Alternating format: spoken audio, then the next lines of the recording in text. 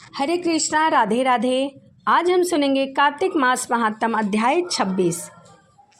नारद जी बोले, इस प्रकार विष्णु पार्षदों के वचन सुनकर धर्मदत्त ने कहा, प्राय सभी मनुष्य भक्तों का कष्ट दूर करने वाले भगवान विष्णु का यज्ञ, दान, तपो, व्रत, तीर्थ सेवन और तपस्या के द्वारा आराधना करते हैं। उन समस्त साधनों में कौन सा ऐसा साधन है जो भगवान विष्णु की प्रसन्नता को बढ़ाने तथा उनके समीप जाने की प्राप्ति कराने वाला है। दोनों पार्षदों ने अपने पूर्व जन्म की कथा कहने लगे कि हे द्विज श्रेष्ठ, आपका प्रश्न श्रेष्ठ है।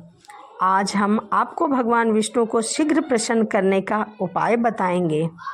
यह इतिहास प्राचीन है, इसे सुने। पहले कांचीपुरी में चोल नामक एक चक्रवर्ती राजा रहा करते थे। उन्हीं के नाम पर उनके अधीन रहने वाले सभी देश चोल नाम से विख्यात हुए।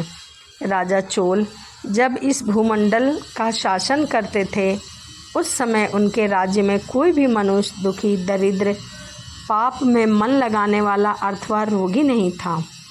एक समय की बात है, राजा चोल कहीं तीर्थ करने गए हुए थे, जहाँ जगदीश भगवान विष्णु ने योग निद्रा का आश्रय लेकर शयन किया था। वहाँ भगवान विष्णु के दिव्य विग्रह की राजा ने विधि पूर्वक पूजा की। दिव्य मणि, मुक्ता फल तथा स्वर्ण से बने हुए सुंदर पुष्पों से पूजन करके साष्टांग प्रणाम किया। प्रणाम करने के बाद ज्यों ही बैठे, उसी समय उनकी दृष्टि भगवान के पास आते हुए एक ब्राह्मण पर पड़ी, जो उन्हीं की कांची नगरी में का निवासी था। उसका नाम विष्णुदत्त था। उन्होंने भगवान की पूजा के लिए अपने हाथ में तुलसी दल और जल ले रखा था।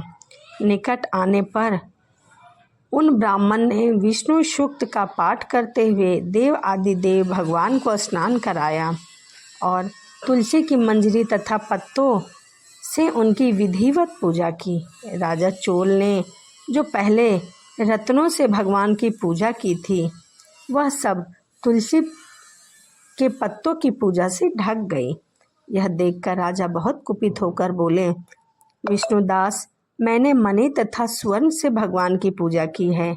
वह कितना शोभा पा रही थी, तुमने उसे तुलसी दल से ढक दिया है। बताओ, तुमने ऐसा क्यों किया?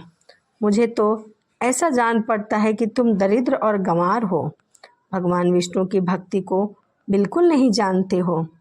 राजा की ऐसी बात सुनकर द्विजश्रेष्ठ विष्णुदत्त ने कहा, हे राजन, भक्ति का कुछ भी नहीं पता, केवल राजलक्ष्मी के कारण आप घमंड कर रहे हैं। बतलाइए तो, आज से पहले आपने कितने वैष्णव व्रत का पालन किया है? तब राजा हंसते हुए बोले, तुम तो दरिद्र और निर्धन हो, तुम्हारी भगवान विष्णु में भक्ति ही कितनी है। तुमने भगवान विष्णु को संतुष्ट करने वाला कोई भी यज्ञ, दान, तप नहीं किया है, न पहले कभी कोई देव मंदिर बनवाया है। इतने पर भी तुम्हें अपनी भक्ति का गर्व है। हे ब्राह्मण, तुम सुन लो। सबसे पहले भगवान विष्णु के दर्शन पहले मैं करता हूँ। इस बात को आप सब लोग देख भी लो और समझ लो कि किस तरह से विष्णु भक्ति होती है। यह सब लोग स्वतः ही जान लेंगे। ऐसा कहकर राजा अपने राज्य भवन को चले गए। वहाँ उन्होंने महर्षि मृदुल को आचार्य बनाकर वैष्णव यज्ञ प्रारंभ किया। उधर सदैव भगवान विष्णु को प्रसन्न करने वाले शास्त्रलोक नियमों में तत्पर विष्णुदास भी व्रत का पालन करते हुए वहीं भगवान विष्णु के मंदिर में टिक गया। उन्होंने माघ और कार्तिक के उत्तम व्रत का अनुष्ठान की रक्षा, एकादशी, द्वादशाक्षर मंत्र का जाप, तुलसी दल की पूजा, नित्य गीत आदि मंगल आयोजन किए थे। वे प्रतिदिन चलते फिरते और सोते हर समय भगवान विष्णु का स्मरण किया करते थे। उनकी दृष्टि सर्वत्र सम हो गई थी। वह सब पापियों के भीतर एकमात्र भगवान विष्णु को ही स्थित देखते थे। इस प्रकार राजा चोल और विष्णुदास दोनों ही भगवान लक्ष्मीपति की आराधना में संलग्न थे। दोनों ही अपने अपने व्रत में स्थित रहते थे और दोनों ही संपूर्ण इंद्रियों तथा समस्त कर्म भगवान विष्णु को समर्पित कर चुके थे। इस अवस्था में उन दोनों ने दीर्घ काल व्यतीत किया। तो यह कार्तिक मास महात्म अध्याय 26 था। वीडियो आपको कैसी लगी कमेंट ज़रूर करिएगा। चलिए इसी के साथ वीडियो को यहीं समाप्त करते हैं और मिलते हैं अगली वीडियो में। सभी को राधे राधे, हरे कृष्णा। सभी को राधे राधे, हरे कृष्णा। कैसे हैं आप लोग? आशा करती हूँ कि आप सभी अच्छे होंगे, स्वस्थ होंगे। इसी के साथ आज हम सुनेंगे कार्तिक मास महात्म अध्याय 27, कृष्ण नाम का आसरा, कृष्ण नाम का ध्यान। 27वां अध्याय अब लिखने लगा महान। पार्षदों ने कहा, एक दिन की बात है, विष्णुदत्त ने नित्य क्रम करने के पश्चात भोजन तैयार किया, किंतु कोई छिपकर उसे चुरा ले गया। विष्णुदत्त ने देखा भोजन नहीं है, परंतु उन्होंने दोबारा भोजन नहीं बनाया, क्योंकि ऐसा करने पर सायंकाल की पूजा के लिए उन्हें देरी हो जाती, इसीलिए उन्होंने भोजन नहीं बनाया। अतः प्रतिदिन के नियम का भंग हो जाने का भय था। दूसरे दिन पुनः उसी समय पर भोजन बनाकर वो ज्यों ही भगवान विष्णु को भोग अर्पण करने के लिए गए, त्यों ही किसी ने फिर भोजन को हड़प लिया। इस प्रकार 7 दिन तक लगातार उनका भोजन कोई चुराता रहा। इससे विष्णुदत्त को बड़ा दुख हुआ और मन ही मन इस प्रकार विचार करने लगे, ओह, कौन है जो प्रतिदिन आकर मेरी रसोई को चुरा कर ले जाता है? यदि दोबारा रसोई बनाकर भोजन करता हूँ तो सायंकाल की पूजा छूट जाती है। यदि रसोई बनाकर तुरंत ही भोजन कर लेता हूँ तो उचित होगा। मुझसे यह होगा भी नहीं, क्योंकि भगवान विष्णु को सब कुछ अर्पण किए बिना मैं कभी भी भोजन नहीं करता हूँ। आज उपवास करते हुए मुझे के 7 दिन हो चुके हैं। इस प्रकार मैं व्रत में कब तक स्थिर रह सकता हूँ? अच्छा, आज मैं रसोई को की भली भांति रक्षा करूँगा। ऐसा निश्चय करके भोजन बनाने के पश्चात वे वहीं कहीं छिपकर खड़े हो गए। इतने में ही उन्हें एक चांडाल दिखाई दी, जो रसोई का अन्न ग्रहण करने के लिए तैयार खड़ी थी। भूख के मारे उसका सारा शरीर दुर्बल हो गया था। मुख पर दीनता छा रही थी। शरीर में हाड़ और चाम के सिवा कुछ भी शेष नहीं बचा था।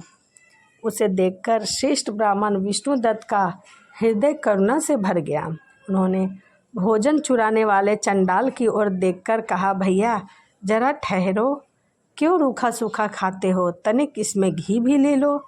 इस प्रकार कहते हुए विष्णुदास को आते देख जब चंडाल भैया बहुत ही वेग से भागे और कुछ ही दूर मूर्छित होकर गिर पड़े। चंडाल को भयभीत और मूर्छित देखकर द्विज श्रेष्ठ विष्णुदास बड़े वेग में उनके समीप आए और दयावंश अपने वस्त्र के शोर से उनको हवा करने लगे। इसके बाद उन्हें उठाकर खड़ा किया। तब विष्णुदास ने देखा वहाँ चंडाल नहीं है, बल्कि साक्षात नारायण ही शंख चक्र गदा धारण किए हुए सामने स्थित हैं।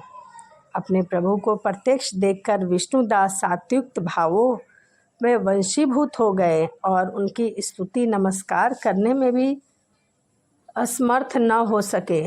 तब भगवान ने सात्विक व्रत का पालन करने वाले विष्णु दास को छाती से लगा लिया और उन्हें अपने जैसा ही रूप और वस्त्र देकर बैकुंठ धाम को लेकर चले गए।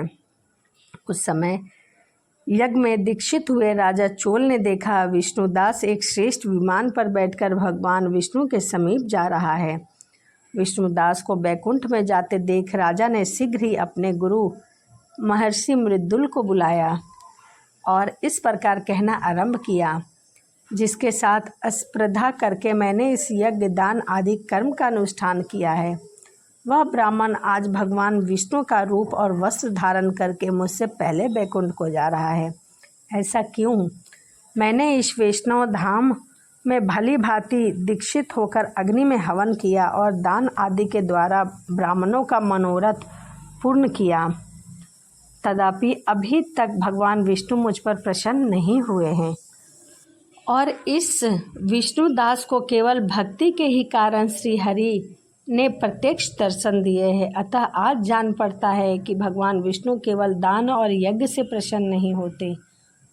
उन प्रभु का दर्शन कराने में भक्ति ही दोनों प्रधान कारण हैं। पार्षदों ने कहा। इस प्रकार कहकर राजा ने अपने भांजे को राज सिंहासन पर अभिरक्त कर दिया। वे बचपन से ही यज्ञ की दीक्षा लेकर उसी में संलग्न रहते थे, इसलिए उन्हें कोई पुत्र नहीं हुआ था। यही कारण था कि उस देश में अब तक भांजे ही राज्य के उत्तराधिकारी होते हैं।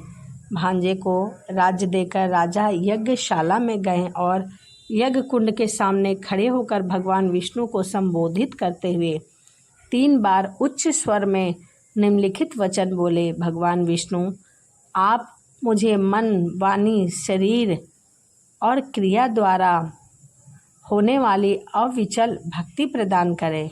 इस प्रकार कहकर वे सबके देखते ही देखते अग्नि कुंड में कूद पड़े। बस उसी क्षण भक्त वत्सल भगवान विष्णु अग्नि कुंड में प्रकट हो गए और उन्होंने राजा को छाती से लगाकर एक श्रेष्ठ विमान में बैठाया और उन्हें अपने साथ लेकर बैकुंठ धाम को चले गए। नारद जी बोले, हे राजन, जो विष्णुदास थे वे तो पुण्यशील नाम से प्रसिद्ध भगवान के पार्षद हुए और जो राजा चोल थे उनका नाम सुशील हुआ। इन दोनों को अपने ही समान रूप देकर भगवान लक्ष्मीपति ने अपने द्वार का राजपाल बना दिया। तो यह कार्तिक मास महात्म अध्याय 27 था। वीडियो आपको कैसी लगी कमेंट में जय श्रीमन नारायण लिखना ना भूलें। तो चलिए इसी के साथ वीडियो को यहीं समाप्त करते हैं और मिलते हैं अगली वीडियो में। सभी को राधे राधे, हरे कृष्णा।